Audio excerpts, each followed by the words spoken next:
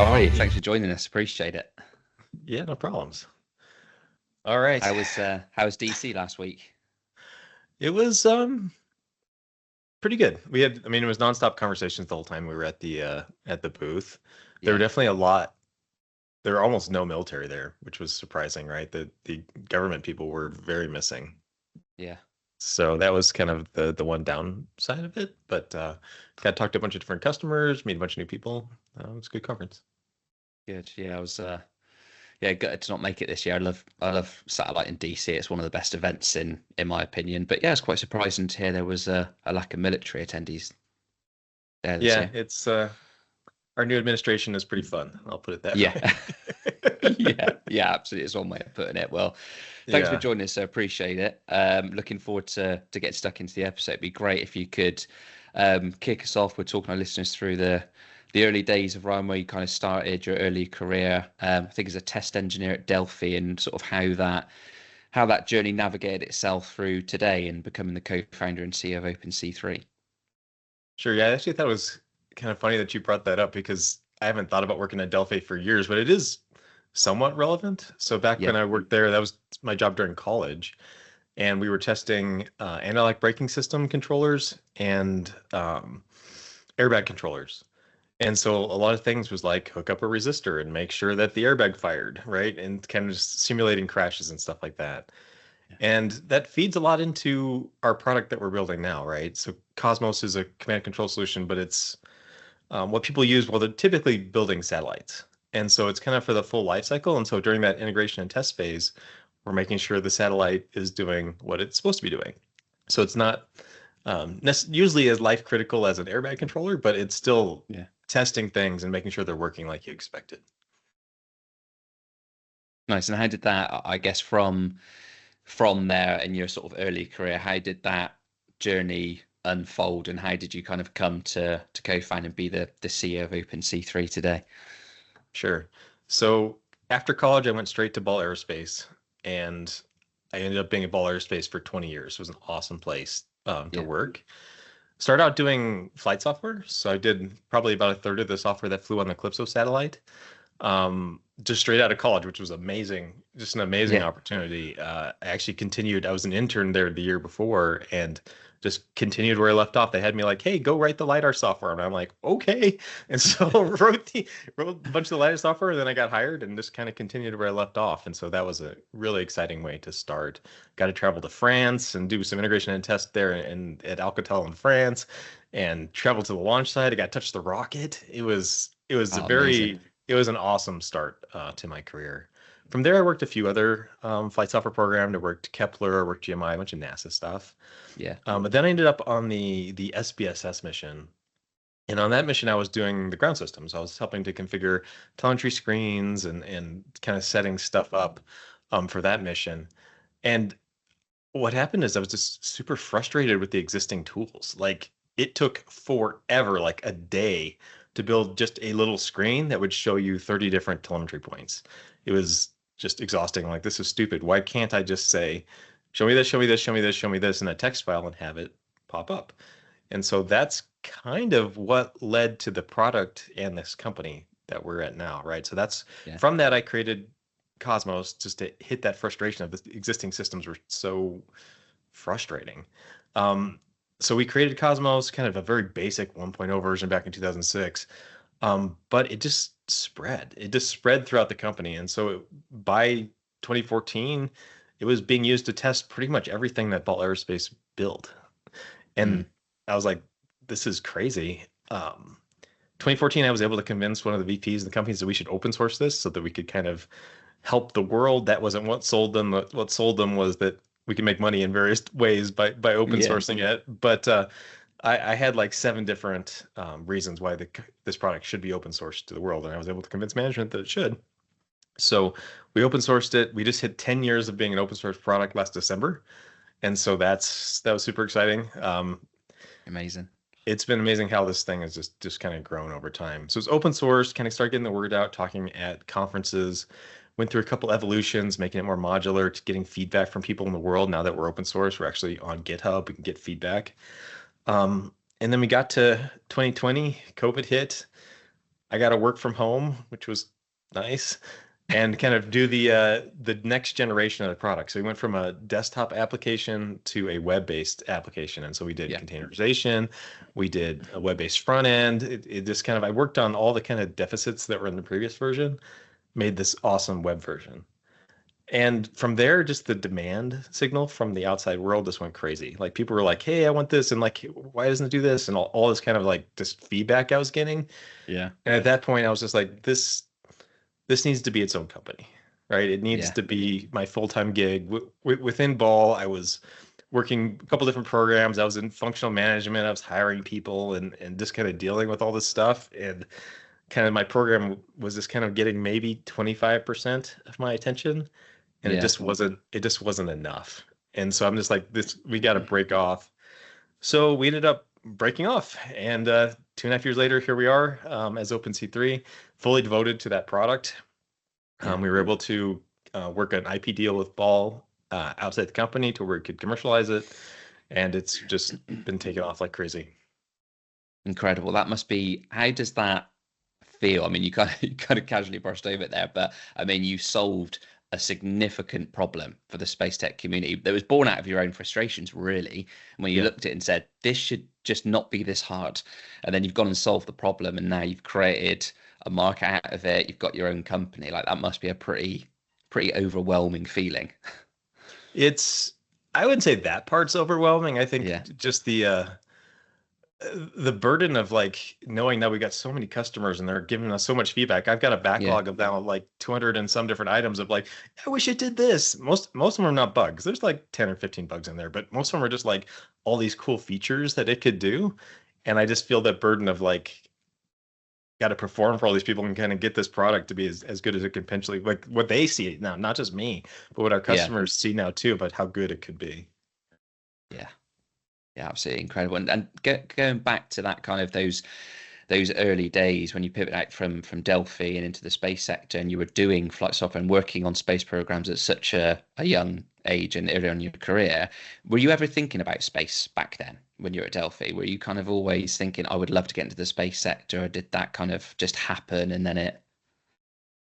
You know, it's interesting. I was always super excited about the manned space program, right? So that was what I really wanted Yeah. to do. That was kind of one of my goals. But in college, I wouldn't say for sure. So I went to Purdue, and like they would have these on campus career fairs, and I would just go up to the different people, and I was always interested in like Intel and Micron, people building chips. I thought that was really exciting. I Yeah. interviewed with Microsoft and Google and a few other companies, but then I also was going to all the big aerospace companies. So I applied to Lockheed and Boeing and Ball. And the fact that I got the job at Ball is actually amazing because I was in the Purdue Memorial Union talking to the Ball interviewer guy, and I just got up to him and I gave him my resume and just started chatting, and the fire alarm goes off. And I'm like, all right, well that one's not gonna go anywhere. Worst timing ever. Yeah, so then I left. I just went on to some of the people that were outside and talked to them. Yeah. But then I got a call from a guy named Roger at Ball like a week later, and I had put on my resume that I played guitar. And he's like, we ended up talking about playing guitar for like 20 minutes, and then I got the Yeah. internship.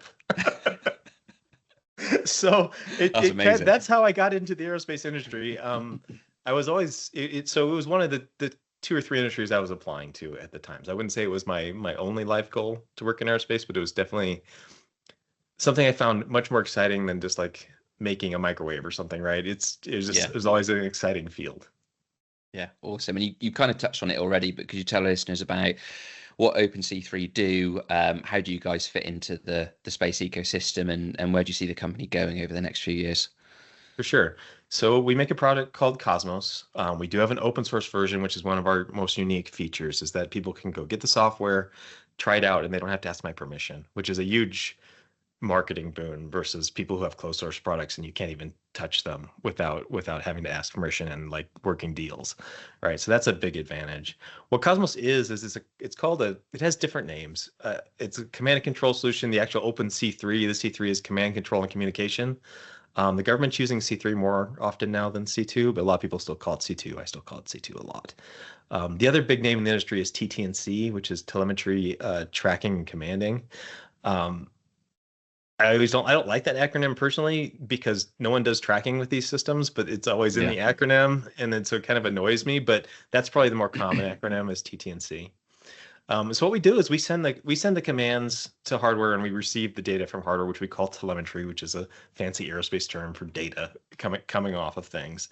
And what that does is it allows us to control any piece of hardware. Satellites are all very unique things. They all have very unique sets of commands. They all put off a ton of data, and that's all very unique. And so where Cosmos excels is making it very easy to configure that unique data. What do the commands look like? What does the telemetry look like?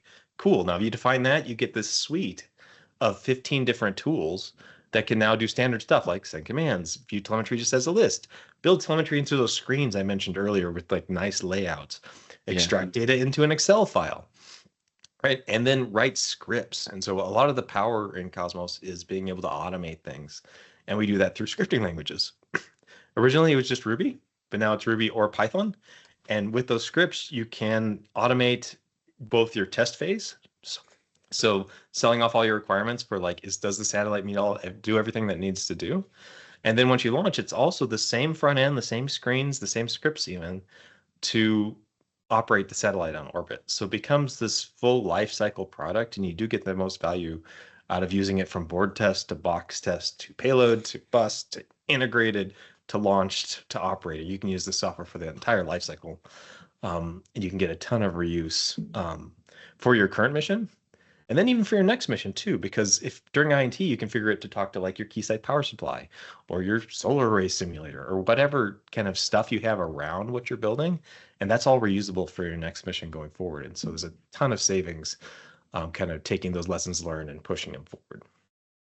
It's incredible to hear the amount of like AI that's being leveraged in space tech now and how things are just doing it for itself. I spoke to somebody on a different episode of the podcast where it's like that kind of image that everyone has in their head of like Houston, we have a problem. Everyone's in the command center and there's like 50 people in there on screens. Those days are probably not going to be around much longer because you can program it and it can do it itself, and you won't need as many people to be at the actual user interface doing these things and controlling the satellite. Yeah, I would say outside of big government programs are still going to have the ops floors, and especially like national security type missions. They're still going to have that big scene. But a lot of these startups, they can't afford that. And especially the 24/7, hardly anyone's doing 24/7. Usually it's a day shift of like doing stuff, and then the system is supposed to take care of itself overnight, right? And so the 24/7 you don't see nearly as often now, except for during the first few weeks after launch. One of the things people like to ask me is, how are you using AI, right? And so unfortunately, my answer is we're really not right now. Where I see us going with that is maybe doing some kind of like voice control, maybe doing what I would like to do is a system that helps you to write those procedures, those Cosmos scripts to actually get the code completion type stuff, which is very good now, especially with Claude and stuff like Copilot, but have it help you to write those test procedures. And I think that could be a great accelerant for our customers as far as being able to build their procedures quickly. Yeah, and I guess sticking on that subject, what are your current thoughts on the current landscape or status of the whole satellite navigation, control and communication sector? How do you kind of see this part of the industry evolving over the next 5 years or so, and what role do you see OpenC3 playing in that evolution? Yeah, I see a lot more taking on best in breed type stuff. And this is one of my personal goals. My goal is to have the best TT&C or C2 or C3 app that's there. But that's only one part of the ground system. The other big parts are mission management. So that's like deciding, hey, tomorrow the satellite needs to take a picture of Africa, right? It's kind of deciding what the satellite's going to do over time. There's also flight dynamics, which is keeping track of where we are in orbit. Doing maneuver planning, so deciding where to shift the orbit of the satellite, and doing collision avoidance. And so as space gets more and more cluttered, having a good solution for kind of saying, hey, there's a potential conjunction tomorrow, we need to adjust for that, is a big part of the ecosystem as well. And then you have the ground terminals, so the different antenna networks. I think there's going to be a little bit more consolidation there. There's probably 5 or 6 still big players, but there's a lot of competition in that area. But taking the best of class, so I could build those other products, and I've thought about it, and I could build pretty simple, like generic ones that would do okay. But there are some really great other companies in the industry right now that we're instead rather trying to partner with and kind of building that full solution of best in class components, to where you're not just going to one vendor and buying the whole solution. You're actually putting together, or hopefully I'll have a pre put together solution for you of Yeah. all those built kind of best players together as a solution. Nice. Love it. And I guess now that you've been a part of the space industry yourself, go making that transition back in the day from Delphi to Ball. I mean, you clearly have always had a passion for space, like you mentioned earlier. But now that you've been amongst the industry for so long now, what is it you've sort of come to love most about the space industry? It's just an exciting time, right? Yeah. If you told me now that there was going to be, 3,000 satellites launched over the last year, um, I wouldn't have believed you. It is insane, just the acceleration curve of the Yeah. industry. And I would say very much for the good is satellites used to be all $200 million type thing, and that's for basic science type satellite, $200 million. Now everything is moving so fast. Like people are Yeah. putting up constellations from, with like a $20 million budget or less, and it's just very exciting, the acceleration. A bunch of the proposals I'm working right now are things like 6 months ground system to launch.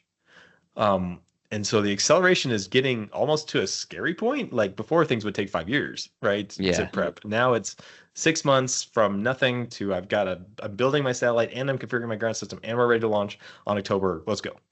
And it's a very exciting time to be in the space industry. And it surprises me because I always see space. I see only so many obvious use cases, right? I see Yeah. Earth observing, but there's lots of different spectrums. So there's a lot of different realms there. There's comms, which will always be super useful. Um, but beyond those two main use cases, there's not a lot else. But so it's amazing that there's so much still growth in the industry and people being excited about it. So I mean, I don't know, it's space. I find it excited. I think Yeah. so. To truly answer your question, I think the most exciting thing in the future is manned space still, and that's kind Yeah. of what I was always excited about in the past. Is there's something to humanity about that survival instinct and that exploration Yeah. instinct. And so I would love to see the moon base, like an actual moon base. I just finished reading Andy Weir's book Artemis, which is very good, by the way, and Yeah. that's got me kind of re-excited about doing a moon base. And also, For All Mankind, the series was also very good for that. Yeah, yeah, absolutely. What do you think that that kind of hypergrowth you just mentioned there, going like from 5 years to 6 months? What do you think is the main catalyst of that? Do you think it's the miniaturization of satellites? Do you think it's just the advanced manufacturing now? Like, why has it gone from so long to so quick now? There's a lot of different aspects. Part of it Yeah, is you can build a satellite for cheap, and so yeah, people want to do the whole mission for cheap too. yeah, And cheap just means, especially when you get down to hours for people, it means you don't have as much time because people eat most of the costs on all these programs. They always have, right? Engineers are expensive, and if you got a giant team building a satellite, most of the cost isn't aluminum or even the computers, which some of those can get somewhat expensive. It's the people doing the yeah, engineering. And so if you have smaller budgets, you just have inherently less time to get done. And so people are really rushing now to get these missions out and up. yeah. Well, just on that theme of people and kind of continuing this trajectory we're on, of space tech in general. One of the main reasons of doing this whole podcast is to try and make space accessible for everybody. Mhm. And you know, I speak to people at these shows, DC, and you speak this. It's a very exciting time, like you've mentioned a couple of times. It really is. I think one of the concerns on a lot of people's minds is like, how are we going to maintain the level of growth with the talent, the engineers that you mentioned there to do the job? It doesn't just engineers, other people too. Um, but what do you think we could and should be doing differently for like the next generation of people coming up, at a STEM level, like in the classrooms, the schools, the colleges? Is there something we could be doing differently to educate those guys and make space a more accessible career? Because I don't know about, I mean, I've only been doing this 6.5 years, but still now, when I speak to friends and family, as soon as I mention space, the immediate perception is astronauts, Mhm. astrophysicists. So, yeah, what could we be doing to kind of harbor that growth for future generations? Well, I mean, I think a lot of it is, again, adding the excitement, right? To Yeah, encourage people to go into the industry. And I think things like the human exploration aspect will get there again if we do it right, right? I don't, I'm not a big fan of the super expensive missions that it seems like they're going to do a one-off and kind of be done again, right? I really want to create a sustainable future for humans in space. And I think there's so much opportunity there, and kind of what you were hinting at with the college and stuff. It's not just satellites, then, right? It's life support. yeah, It's like, how do we handle radiation and in radiation environment without our, wonderful magnetosphere that we have here on the Earth, right? It's, can we create an artificial one? Maybe we can. I mean, people kind of blow stuff like that up, but it's the big ideas like that that gets people excited and like wanting to change the world. And I just love getting that excitement into the kids in college right now. And there's so much opportunity. Um, Even in space, like the open source movement, our software you can try for free. And so if you're in college and you want to get into controlling stuff and learn like what does a satellite control system look like, you can just download OpenC3 Cosmos and fire it up on your laptop and try it out. And if you don't have a satellite, that's cool. We can control anything. Control your little Internet of Things, whatever you've got, right? Cosmos yeah. Connect is really just a hardware control system. So the fact that it's our customers are building satellites is fun, and that's the industry we're in. But it's really a general purpose hardware control platform. And so start controlling something, build a robot, right? It's you can do whatever you need. Yeah, I think it's about making it relatable at that level, isn't it? It doesn't.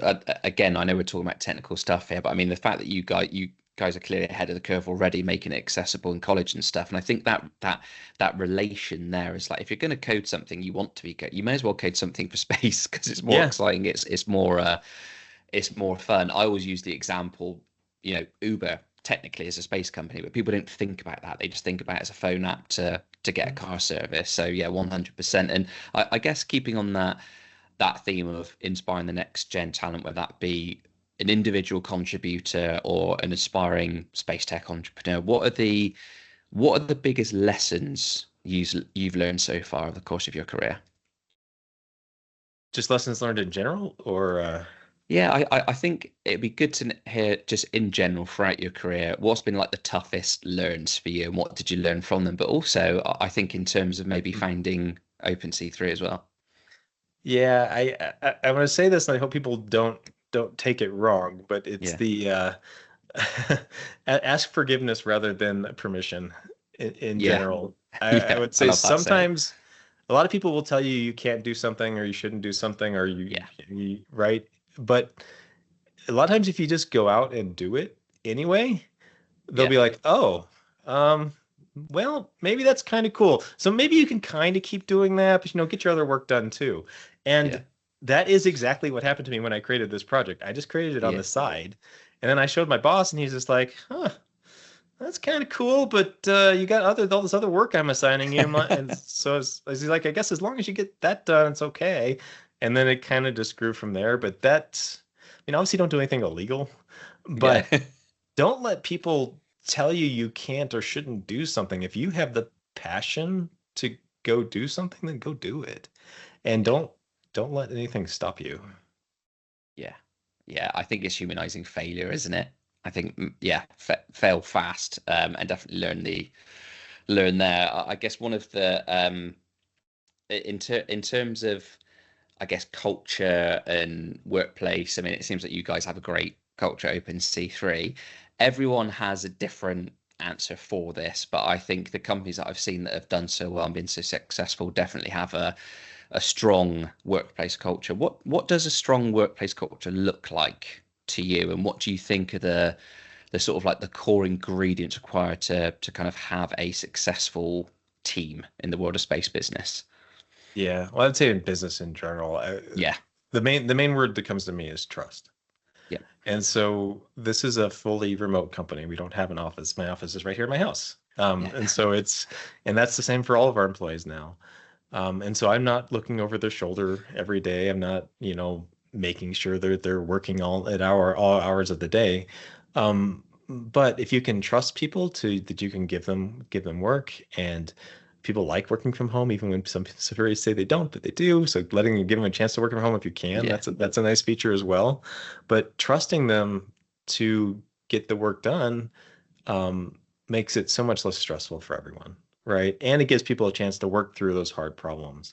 Now, on the flip side of that is you can't just let people go off forever either, right? And so I yeah, try to make myself very available. And so I'm very available on chat as well as just whenever to call me and to help out with stuff because a lot of people will get stuck on something for a long time yeah. and then just kind of spin their wheels. And I don't like that culture. I want people to be chatting. Like it's like, hey, what do you think about this? Kind of keep that open communication going, but definitely trust, I think, is really important. Yeah, absolutely, and I echo those thoughts as well. We've been remote, always, even pre COVID times. I think that trust there is core. And I know this is like a hot topic at the moment with the whole remote work and work from home, and people should be in the office and all that kind of stuff. But I generally feel if you have the trust that you mentioned there, which is the most strongest component, I think. But as long as you have the technology as well, and your business is set up, like you should be able to, if you're in the senior management team or you are in a position where you are overseeing a team, you should be in this day and age in a position where you can just tap into what people are doing at your fingertips. Like give the trust first, and you're always going to be able to see if people have a good day, a good week at the end of it, and then like you say, then you can reapproach the conversation, can't you? Yeah, I mean, you still have to manage people. You still have to give them goals, and you have to follow up to Yeah, make sure they meet those goals. But again, you don't have to be over their shoulders. And there are good tools now for tracking. I mean, we use GitHub, and then so we keep track of everyone's commits and stuff to GitHub, and we can see all that. And most of our work's in the open too, which is a cool aspect to this company. yeah, yeah, absolutely. And one of the consistent themes I've kind of identified through talking to creators like yourself in the space industry is in terms of like their own development throughout their careers, like the importance of mentors. A lot of people, especially experienced people like yourself, that probably sounds very, very obvious. But I think for some people out there, it's probably they don't know where to start. What would you kind of say to those people that are in sort of all different seasons of their career, and how do they go about actually identifying a mentor, and how do they build those relationships with them, and what are the kind of the significance of those relationships and how they can impact their development in their career? Yeah, I would say the easiest mentors to find are the ones that are already around you, right? So that'd be your coworkers. Not necessarily, they don't even have to be a lead. If your lead is someone who fits that kind of mentor mold, then that is usually the best. But it could also be your peers that have maybe been around for a little bit longer than you have. Yeah, Just having someone to talk to. One thing I like to tell people is human beings in general are much more available than you think they are. Like even yeah, CEOs of a space company, right? You can email me. yeah, yeah, yeah, yeah, Now, I'm not necessarily going to be the best mentor because I'm busy, but like yeah, the people that you're already working with is the best pool of mentors for sure. I guess there's two kinds. There's like the everyday mentor, right? Those are the people that you're working with every day and you have access to. And then there's the people who have really figured something out in some specific niche. Like I yeah, have a marketing guy I work with who's just killer at marketing and ideas. And so it's really good to have those kind of, I mean, he's more of a consultant, but I could call him a mentor too. He's kind of one of my mentors for doing internet marketing. And it's great to have those kind of people. And that's especially where I would say those people are much more available than you think you are if you just reach out to them. Right. And a lot, 50% of the time you'll get a response. yeah. I think that's a really important note that people are more accessible. I think it's taken a long time, but I think we're finally at a kind of a place now where people are willing to reach out more to people. I think, I don't want to sound like I'm picking on the younger generation, but I think just that initial fear of like Um, reaching out and like I need to suffer in silence, I need to work this out for myself and all that kind of stuff. And one of the things from doing this podcast I've learned when I've been asking the question of, what has helped you in your career, it's always been mentors. So I think for people listening, they probably overthink it. It's probably a simple thing, but it's just how they actually go about identifying the right people for different areas of their career. But Yeah, excellent. Love it. I guess the final question from me today is if you could take all of your experiences, all of the lessons you learned, you mentioned earlier, all the wisdom you've learned over your career, and you could kind of distill all of that down into one piece of advice for someone, whether they're technical, whether there's, the engineer, the coders we were talking about earlier, right, or someone from a non-technical background that really wants to get into the space sector, what would it be? I would say go out and do something that other people can see. And whether that is, doing videos like this, whether it is publishing some open source software, whether it's building your own website that talks about something you're passionate about, create something that's more than just your resume of you worked at these Yeah, companies, cool. But what can I go see? What can I go touch that you did? And that's how the best way I found to really get to know people and to kind of get a feel for them is what have you published? What have you put out there? yeah, yeah, absolutely. And one thing I'd say as well, just from being in the space industry, especially in the US for the last 6.5 years, when you go to these events, people are really open to those Mhm. conversations too. Like everyone's super accessible. Even companies that are at the same event that you would think are competitors, it's Mhm. not. It's just not that way. I feel like everyone is on the kind of same collective mission in the space industry. Everyone's really open, welcoming, and everyone's willing to give advice. Yeah, I like to say we're all competitive mates, right? Yes, So very well we put. are we are competing for work, but we all end up a lot of times we end up working together. So you Yeah, kind of yeah, got to yeah, be friends with everyone. yeah. Absolutely. Ryan, thank you so much. Thanks for coming on the podcast today. Really enjoyed the conversation, and yeah, hopefully see you around the corner on the event circuit, maybe Colorado for the symposium. Yeah, and we're holding our own conference, the Space Software Summit in October. So Oh, nice. should come out for that as well. Yeah, yeah, awesome. Sounds great. All right. Thank you so much. It was awesome Excellent. to talk to you. Thanks, Ryan. Take care.